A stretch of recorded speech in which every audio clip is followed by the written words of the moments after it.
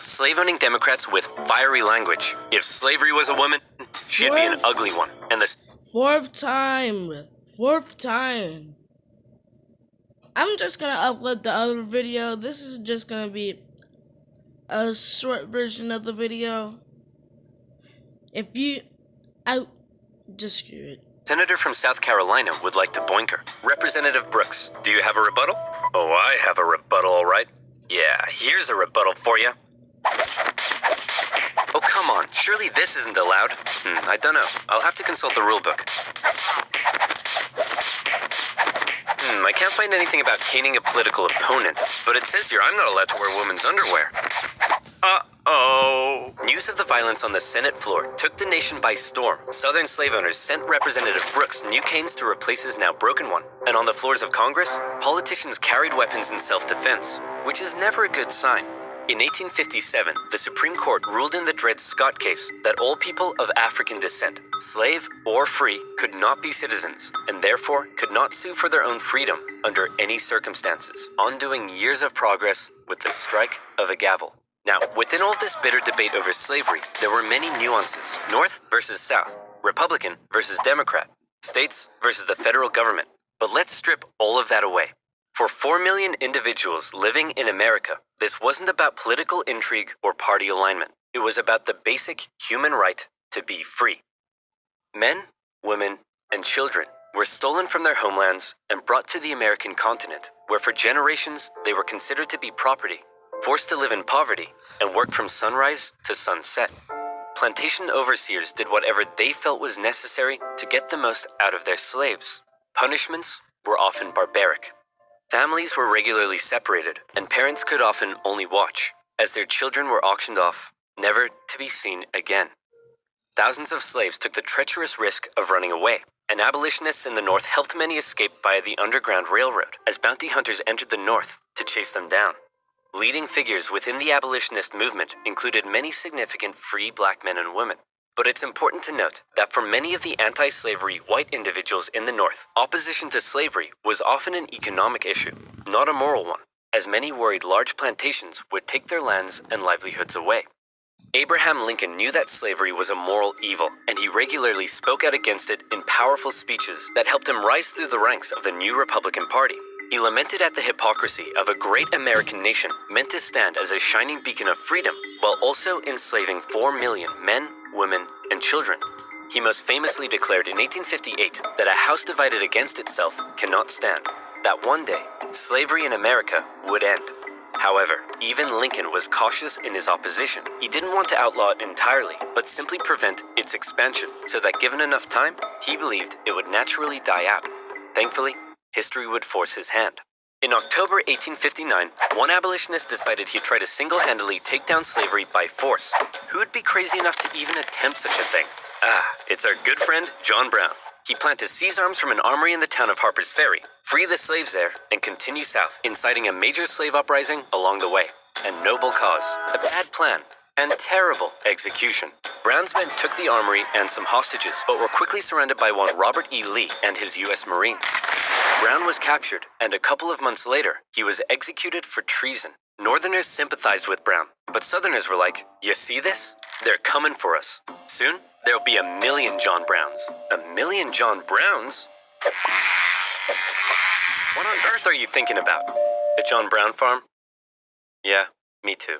To make matters worse, new northern free states meant now the southern states really were outnumbered, and they were beginning to feel bitterly spiteful and oppressed. Further fear began to spread in the South when news broke that a relatively unknown figure had just secured the Republican Party nomination for president. Abraham Lincoln, mostly well-liked among anti-slavery Northerners, had made some of the most powerfully worded speeches against slavery of any politician at the time. And now, there was a chance that he, and his cheekbones, could become president. For the South, that would be too much. In the 1860 election, Lincoln's name didn't even appear on the ballot in 10 southern states. But much to their horror, when the final results came in, Lincoln had won by an electoral college landslide. Lincoln himself tried to calm their fear. "How many times do I have to tell you, I'm not gonna take away your slaves?" "Yeah, right, Honest Abe. We've had enough of you Northerners. We're gonna go form our own country." "You can't do that." "Why not?" "Well, If you had won the election, would it be okay for us to leave? Of course not. Well, why not? Because that's not how victim mentality works. Many states felt that when they joined the Union, they always withheld the right to leave it whenever they pleased. Many people living in 19th century America often felt more loyalty to their state than to the nation. And now, with the South feeling like it had lost its voice in the federal government, they were out of here. South Carolina was the first to go, and over a period of 6 months, one by one, 11 slave states officially seceded from the Union, with just 4 contested border states opting to remain. The seceding states issued a number of official documents justifying their secession. South Carolina proclaimed that it was northern states' hostility to slavery that rendered the federal government illegitimate. Mississippi declared that their position was thoroughly identified with the institution of slavery. And in a speech, the Confederate vice president stated that the new Confederate government rested upon what he called the great truth of racial inequality. Revered American generals, such as Robert E. Lee, opted to side with their states over the Union. And with all the chaos, one New York lawyer wrote that rather than a bald eagle, America's national bird should be a debilitated chicken. And hey, I kind of like that. One man, watching the crisis unfold, knew it would be his job to solve it. Lincoln was just about to hop on a train and become the President of the United States of America. Hey man, you're hella ugly. Grow a beard or something to hide that face. Good idea. Still ugly. With assassination plots already underway, Lincoln had to travel to Washington, D.C. under heavy disguise and protection.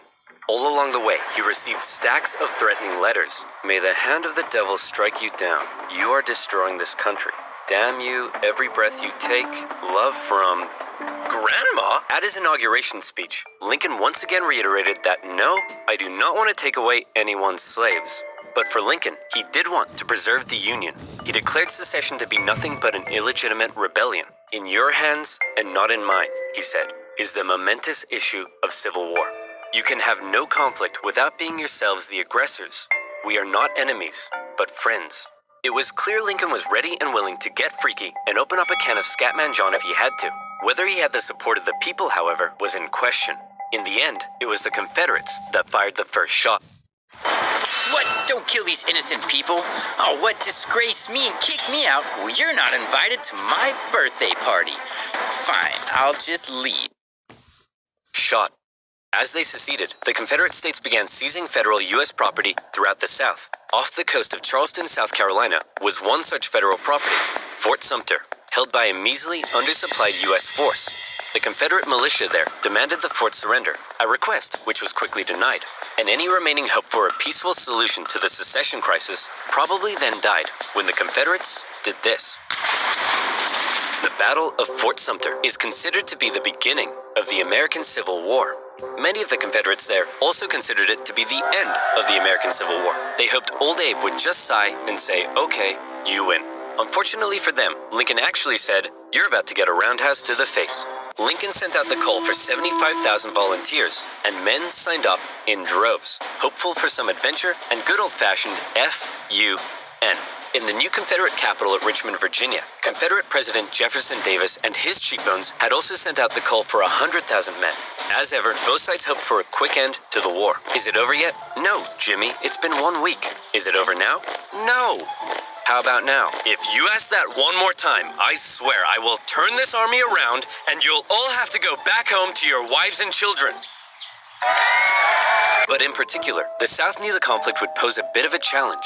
How can we expect to win with a population of only 5 million against 22 million in the North? If you count us 4 million slaves, you'd have 9 million. Great idea! Hand these rifles out to all the Wait a minute.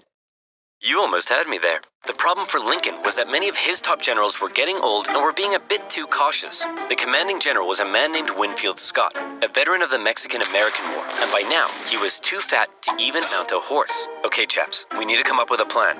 Hit me. We could wait for the Confederates to come and apologize. Maybe we should all sit in a circle and discuss our feelings. Crossing the Delaware into New Jersey worked for me. Those are all terrible ideas. And you? Wrong video. Hey, I'm the greatest president in the history of this nation. Yeah, we'll see about that, dingus. Eventually, Lincoln's generals came up with a multi-pronged strategy. First, a blockade would cut off and starve the South of supplies by sea. Secondly, taking control of the great Mississippi River would sever the South's economic artery while splitting it in two. And finally, a main Union force in the east would move south and take the Confederate capital, ending the war. Bada boom, bada bing.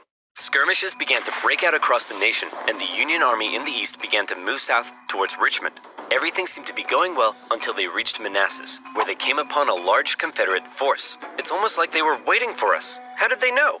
As it turned out, spies in DC had sent a coded message to the Confederates warning of the invasion. Did you use NordVPN? What the heck is NordVPN? I'm so glad you asked. Do you use the internet? Me too. Do you like internet safety? Me too. Hey, we should hang out sometime so I can tell you about NordVPN. NordVPN has over 5,000 secure and super fast servers in 60 countries that allow you to surf the net safely without personal data logging. Not only does it help you stay secure, but with just a click of a button, you can take a quick trip to Sweden and enjoy some Nordic crime dramas. Is there some amazing content on YouTube that's still blocked in your country? Not to fear. NordVPN is here. NordVPN gives you access to all of these amazing features, and it has a 30-day money-back guarantee.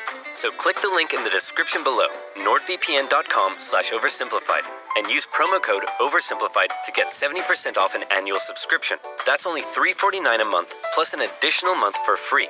Again, that's nordvpn.com/oversimplified. And as always, you'll be supporting my channel. So thank you. Now where were we? Oh yeah, secession, Fat Man, and the Union invasion into Virginia. The two sides encountered each other at Manassas, and both geared up for the first major battle of the Civil War, the First Battle of Bull Run. The Confederates rapidly brought in support via rail, and the two sides were about equal in numbers. However, they were also equally inexperienced. A large number of civilians also rode out by carriage from DC to picnic on the nearby hills and watch the excitement unfold.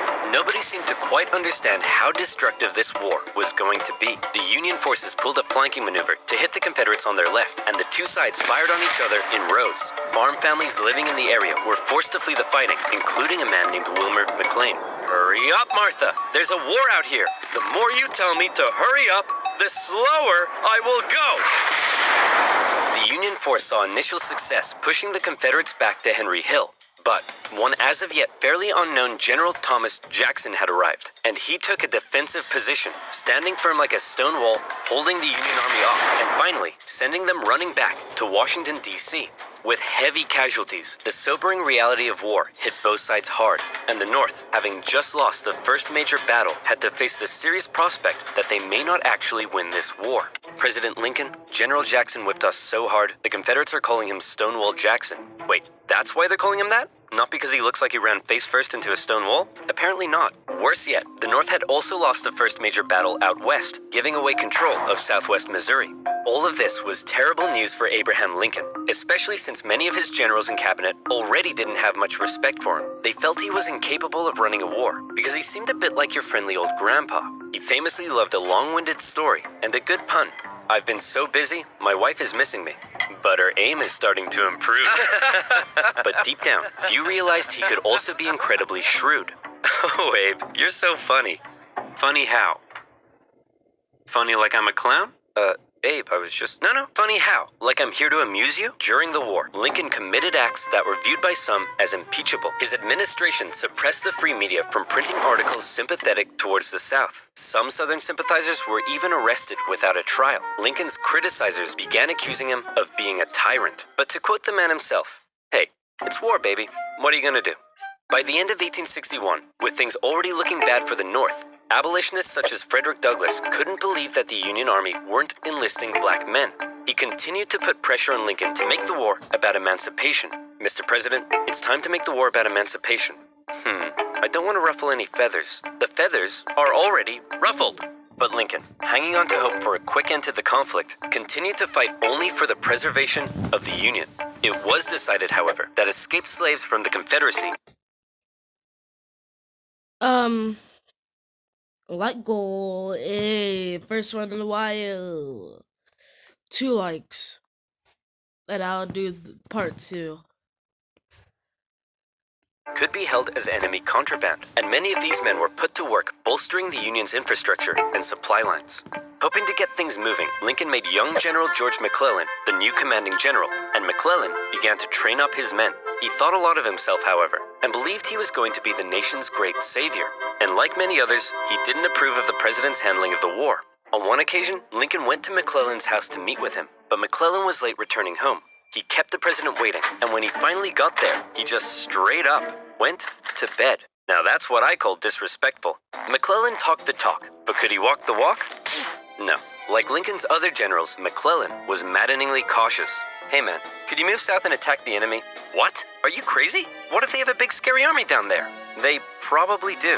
What? Oh my gosh! McClellan worried that he did not have the numbers he needed to fight effectively. What if they have like 10,000 men? Okay, no problem. We'll get you 20,000 men. Well, what if they have 30,000 men? I'll need 40. Okay, you can have 40. Well, what if they have 50? I'll need 60.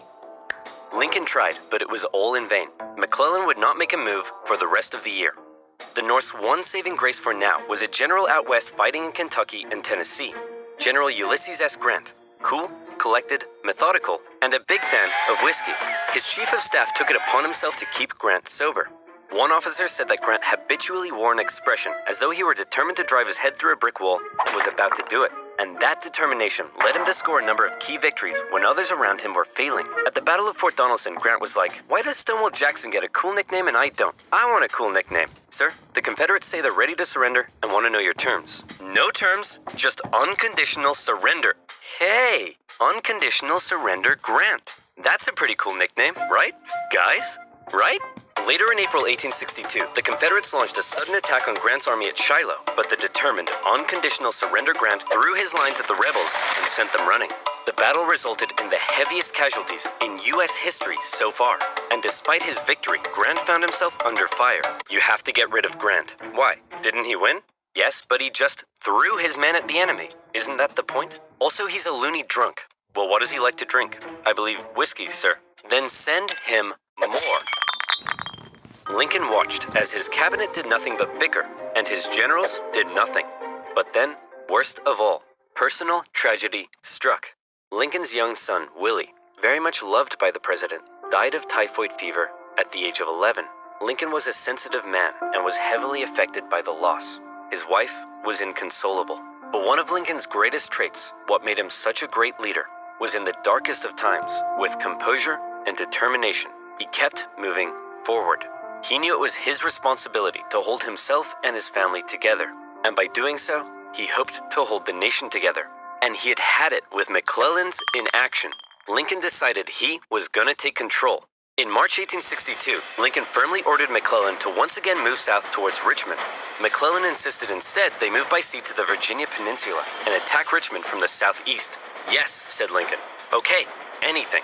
Lincoln held on to some of McClellan's men to defend D.C. from a nearby Stonewall Jackson wreaking havoc in the Shenandoah Valley, and he sent McClellan south. McClellan landed on the peninsula, and he began to move inland. He came up against a small Confederate army that had dug in at Yorktown. McClellan vastly outnumbered the force, but it's said that Confederate General Magruder deceived McClellan by cleverly maneuvering his smaller force and making McClellan believe he faced a huge army.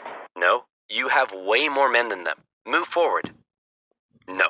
McClellan settled in for a month-long siege, giving time for Johnston to move south from Manassas and Magruder time to retreat. When he finally entered the city and found it deserted, he declared it a victory, calling his success brilliant. Then, after meeting some resistance at Williamsburg, McClellan moved to within just 20 miles of Richmond, his armies able to hear the church bells ringing in the enemy capital. "You still outnumber them. Go give them hell." No. McClellan once again held back, moving slowly and defensively, and with his army split in two, the Confederates saw an opportunity to strike back. McClellan's advance was halted, and now the Confederates pulled an ace out of their sleeve. "General Lee, you're up. Do you think we should evacuate Richmond?" "No, Mr. President, no need." General Robert E. Lee, one of the most brilliant military commanders of the time, was now in charge. One of his biggest strengths was his ability to read the mind of his enemy, and he knew McClellan was cautious and weak. After moving Stonewall Jackson south to join him, and even though he had a smaller army, Lee hit McClellan in a series of fast-paced, close-combat battles that had McClellan spooked. McClellan retreated the Union Army back again and again and again, escaping the peninsula and returning to D.C. Lee had defeated McClellan, and the campaign had failed. Well, that was a major success. A success? Tell me exactly what was successful about that. Well, we successfully retreated. You lost. I didn't lose. I merely failed to win. Things just kept looking worse for the North. At least their navy had seen some success, capturing a number of key port cities, notably when they steamrolled past Confederate forts to take New Orleans. And speaking of the navy, both sides had begun using ironclads. So that's pretty cool. But in the East, they still weren't having any luck. After McClellan's disastrous campaign, Lincoln briefly sent out one General John Pope to attack Northern Virginia. Hey man, just checking in. How's it going? Well, the Confederates kicked my butt at Cedar Mountain. Then they raided my camp and ran off with my money and clothes. Also, I appear to have been wedgied. Lee defeated Pope at yet another battle at Bull Run, in which nearby farm families once again got caught up in the fighting. Hurry up, Martha! There's another war out here! I'm waiting for my hair to dry! Wilmer McLean, sick of war, moved his family south, where he knew the war would definitely, absolutely, never touch him again. But Lincoln had yet another problem to contend with. European powers, in particular the UK, were looking increasingly like they may intervene diplomatically on the side of the Confederates. They were missing their precious supply of southern cotton because of the Union blockade, and they wanted to see a swift conclusion to the war. The tension between America and Great Britain had been increasing, especially after Confederate diplomats were discovered on a British ship. Now, after McClellan's failure to take Richmond, the UK declared it impossible for the North to win. Lincoln needed something to prevent Europe from getting involved, and after more petitioning from abolitionists, he decided maybe the time was finally right to make the war about ending the institution he hated, slavery. If the North had a noble cause to fight for, Europe would be less likely to intervene. But Lincoln and his cabinet knew before they could declare something as radical as emancipation, they needed a victory, especially now that the Confederates were about to go on the attack. Aware that he had a limited number of men and supplies, Lee now hoped that if he could just threaten Washington, D.C. militarily, he would gain Europe's recognition and crush Northern morale in time for the midterm elections, forcing the North to negotiate. With confidence at an all-time high, for the first time, Robert E. Lee invaded the North. But on September 13th, the North finally had some luck. Oh boy, it's my lucky day! A cigar in a field. Hey, what's this wrapped around it? Oh my gosh! That's right, the North had discovered General Lee's battle plans wrapped around some cigars. And in them, they saw that Lee had split up his forces. McClellan headed out from D.C., and the two sides met in the Battle of Antietam, a crucial battle that would decide the course of the war. It saw the most vicious fighting to date, and still remains the single bloodiest day in American history. But, for once, the North came out victorious, and Lee was forced to retreat. He's on the run. Chase him down and finish him off. No. You know what, old buddy, old pal? You're fired. The North had won their crucial victory. Lincoln breathed a huge sigh of relief, and with that win, he was prepared to take a huge step. On September 22nd, the Emancipation Proclamation was issued. In January, all slaves held in the Confederate States would be, as far as the U.S. government was concerned, officially free. Throughout the North, free black men and women rejoiced, knowing that if the North were to win, their brothers and sisters would no longer be held in bondage. The proclamation also had the intended effect on Europe, who were not willing to oppose a pledge to end slavery. An outraged Confederacy knew that Lincoln had given the war a new meaning. It was no longer just about the preservation of the Union. Now, it was about creating a new union, washed clean of its original sin. A union without slavery. Finally. I love this guy's videos. Like I said before, 2 likes for this video. Go to Oversimplified. If I do get 2 likes, I'll continue the second part. Who knows? Maybe I'll watch all of these. But I didn't talk a lot the 4th time because of this app. See you guys in the next video. Later.